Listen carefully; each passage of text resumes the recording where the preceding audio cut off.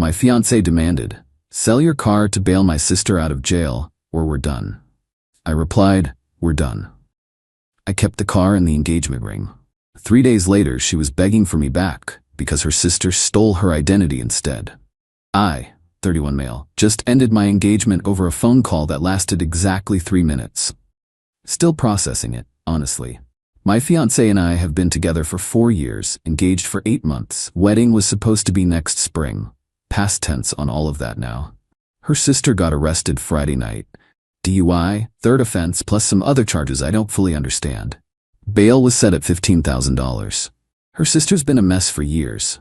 Lost her job 6 months ago, burned through her savings, been crashing with my fiancé's parents on and off.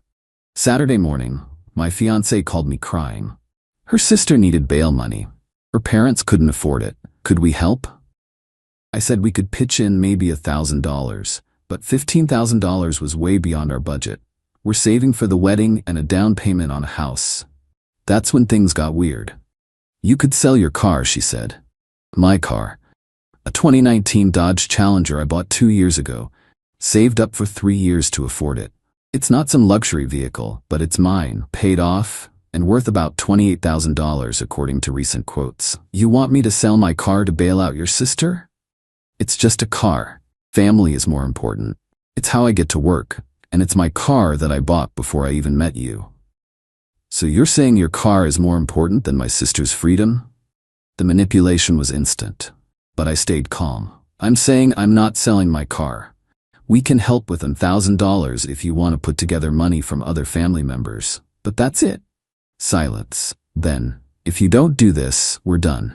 I need someone who'll put my family first." I took a breath. 4 years together, 8 months engaged, and she's giving me an ultimatum over her sister's third DUI. "Then we're done." What?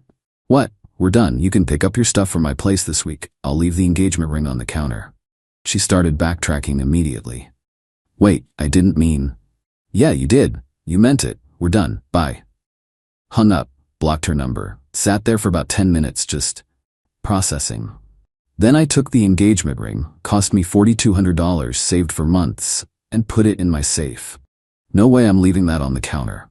Her sister can sit in jail. I'm keeping my car and my dignity. Update 1.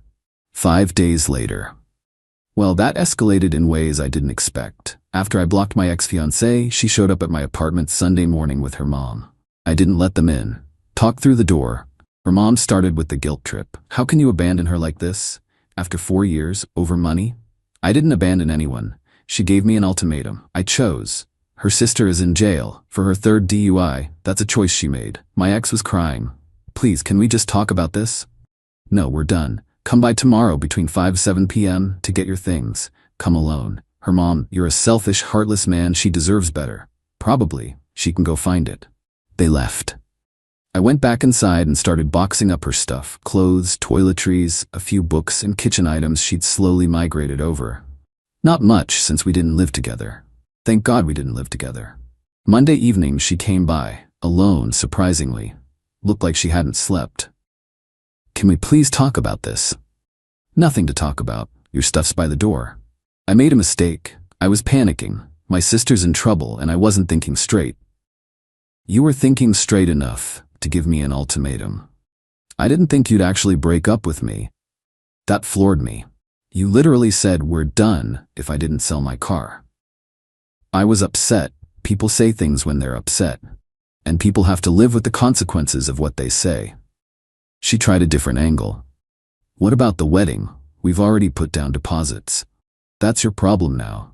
I'll eat my share of the losses. You can cancel or you can marry yourself. Don't care." "You're really going to throw away 4 years over this?" "You threw away 4 years the second you valued your sister's third DUI more than our relationship. Now take your stuff and leave." She took the boxes, cried the whole time loading her car. I didn't help, just watched from the doorway. Before she left, "Can I at least have the ring back? I could sell it to help with bail." I actually laughed. "No, I paid for that ring. It's going back to the jeweler for whatever I can get." "That's not fair." "Life's not fair. Your sister's learning that in jail right now." She drove off. I went back inside, called the jeweler, and set up an appointment to sell back the ring. They offered me $2,800. Took it. Better than nothing. Here's where it gets interesting. Wednesday, I got a call from a number I didn't recognize. Answered it. Hi. Is this my name? Yeah? This is officer name with the police department. I'm calling about a fraud report. Do you have a few minutes? My heart dropped. Fraud report? Yes, sir. A credit card was opened in your name 3 days ago. The credit card company flagged it as potential fraud and contacted us. Have you opened any new credit cards recently? No. Nothing. That's what we thought. We're investigating this as identity theft. I'll need you to come down to the station to file a report and review the application. I went down that afternoon. They showed me the credit card application. Someone had used my name, birthday, and social security number to open a $5,000 credit card and immediately maxed it out buying prepaid Visa cards. The address on the application? My ex-fiancée's parents' house. Do you know anyone at this address? The officer asked. I showed him a photo of my ex and her sister. My ex-fiancée lives there sometimes. Her sister was just arrested for DUI. He took notes. We'll look into it. In the meantime, file a report with the credit bureaus and freeze your credit. I did all that. Also checked my credit report. Someone had tried to open 2 other cards in my name. Both got denied because the credit freeze went through just in time. Thursday morning, I got a call from my ex. I'd unblocked her temporarily to coordinate her stuff pickup. Forgot to reblock. We need to talk. It's important. About what? Just, please. Can I come over? Against my better judgment? Fine, you have 10 minutes. She showed up 20 minutes later, looking wrecked. Eyes puffy, hair a mess. Someone opened a credit card in my name, she said. Yeah, me too. Her eyes went wide. What? Someone opened cards in my name. Cops are investigating. Why? I got a call from a credit card company. Someone opened a card in my name and bought like $8,000 worth of stuff. I didn't do it. We stared at each other. Your sister, I said. It can't be. She's in jail. She got out. Check with your parents. She called her mom right there. Put it on speaker. Mom, is my sister still in jail? No, sweetie, she got out Tuesday. We scraped together bail money from family and a bail bondsman. How much did you put down? $2,500. Why? My ex hung up, looked at me. She stole our identities. Your sister stole our identities. Not my problem anymore. But no, we're not together. This is your family issue. Deal with it yourself. She stole from you too, and I've already filed a police report. You should do the same. Now get out. She left. I locked the door and went back to dealing with the identity theft on my end. Update 2. 2 weeks later. The fallout has been absolutely wild. First, my stuff. The police investigated the identity theft. Turned out my ex's sister had gotten my personal info from my ex's phone. She'd had my SSN saved in her notes app for some insurance paperwork we'd filled out months ago. The sister waited until she got out of jail, immediately went to a check cashing place with fake IDs, also made using stolen info, and went on a shopping spree. She hit me for $5,000, my ex for $8,000, and their mom for $6,500. Also got their dad for $3,200. Total, $22,700 in fraudulent charges across 4 people in her own family. The cops arrested her again, this time for identity theft, fraud, and a bunch of other charges. Bail was set at $50,000. No bail bondsman would touch her after she'd just been out for 3 days and committed new crimes. She's been sitting in jail for 12 days now. Nobody's bailing her out this time. My ex has been calling me non-stop. I finally answered one call just to shut her up. Please. I need help. This is destroying my credit. I can't get approved for anything. Did you file a police report? Yes, but the credit card companies are saying I'm responsible until the investigation is complete. I can't afford $8,000. Sounds like a personal problem. You're really not going to help me? Help you? Your sister stole from me because you had my personal information saved on your phone. This is literally your fault. I didn't know she'd do this. You wanted me to sell my car for her. You chose her over me. Now you get to deal with the consequences of backing a criminal. She's sick, she has problems, and you enabled her. Now enjoy the result. I hung up, blocked her again. But the entitlement didn't stop there. Her mom showed up at my apartment last Friday, this time with my ex's dad. They wanted to talk. I let them in against my better judgment. Big mistake. The dad started, look, We know you're upset about the breakup. I'm not upset, I'm fine. You should leave. The mom, we need you to drop the charges against my daughter. I blinked. What? The identity theft charges. If you drop them, the prosecutor might go easier on her. Your daughter committed identity theft against me. Why would I drop the charges?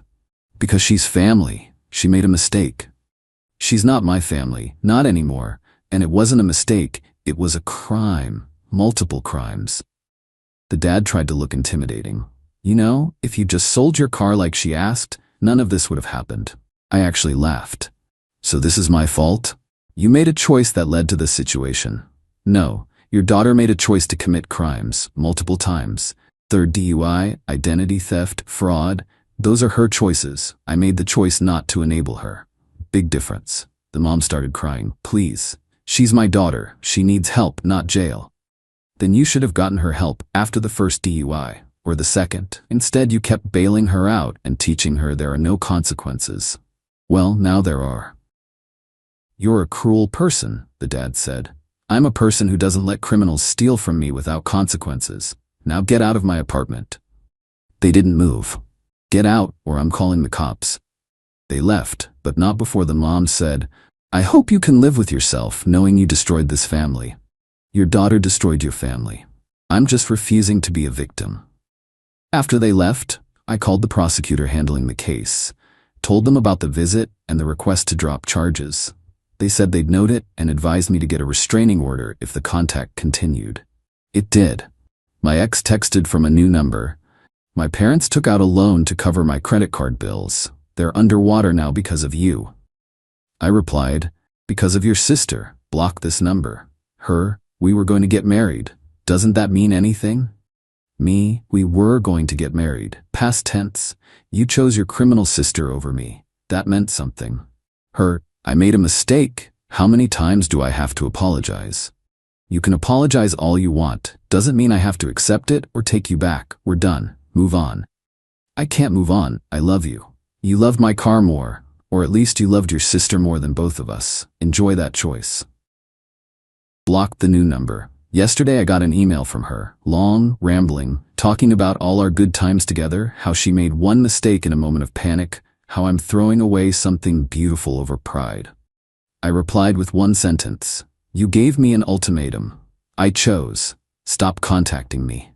Haven't heard back yet. Probably will though. The entitlement is strong with this family. Meanwhile, the prosecutor called me. The sister is looking at serious time. The identity theft charges alone carry up to 15 years. Plus, she's violated probation from a previous conviction I didn't even know about. Her public defender is trying to work out a plea deal. They asked if I'd be willing to give a victim impact statement at sentencing. I said yes. Absolutely yes. Final update, 6 weeks later. Wrapping this up because it's finally over mostly. The sister took a plea deal, pled guilty to identity theft, fraud, and probation violation. Got sentenced to 4 years in state prison, 3 years supervised probation after release, and court-ordered restitution to all victims. I gave my victim impact statement at the sentencing hearing. Kept it short and factual. Explained how she stole my identity, the time and money I spent fixing my credit, the stress and violation of having someone impersonate me. The judge listened, nodded, and factored it into the sentence. My ex and her parents were there. They all glared at me the entire time. After the sentencing, the mom tried to approach me in the hallway. A bailiff intercepted her. I left immediately. The restitution order says the sister has to pay back $22,700 to the 4 victims, split proportionally. My share is $5,000. The prosecutor said I shouldn't expect to see any of it while she's in prison, and probably not much after. Inmates make like 25 cents an hour, but at least it's on record. My credit is cleaned up now. The fraud got removed from my report, accounts were closed, and I've got monitoring set up. Cost me maybe $800 in fees, lost time from work, and a massive headache, but it's handled. The car? Still have it. Still love it. Drove it to the sentencing hearing actually. Parked it right in the lot where my ex could see it. Petty? Maybe. Satisfying? Absolutely. The ring money, $2,800, went into my savings. Added it to the house fund. I'm back to saving for a down payment, just solo now. My ex tried one last time to reach out 3 weeks ago. Sent a letter to my apartment. Actual handwritten letter. It was 5 pages of her explaining that she's been in therapy, realized she has codependency issues with her family, understands now why I made the choice I did, and wants another chance.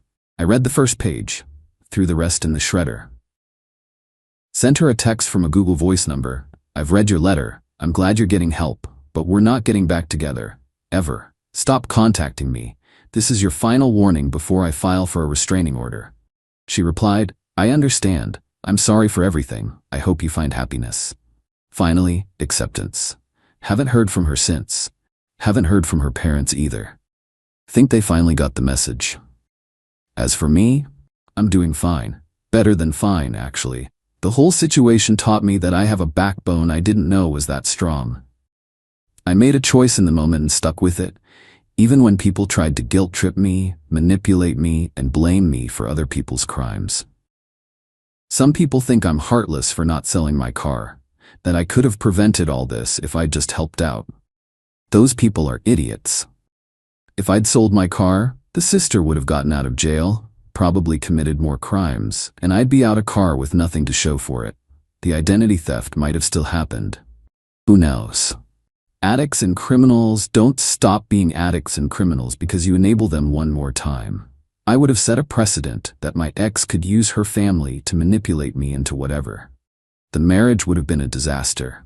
I'd have spent years being the family ATM, selling my stuff to bail out her sister over and over. Instead, I drew a line. The sister faced consequences. My ex learned that ultimatums have consequences. Her parents learned that enabling has consequences.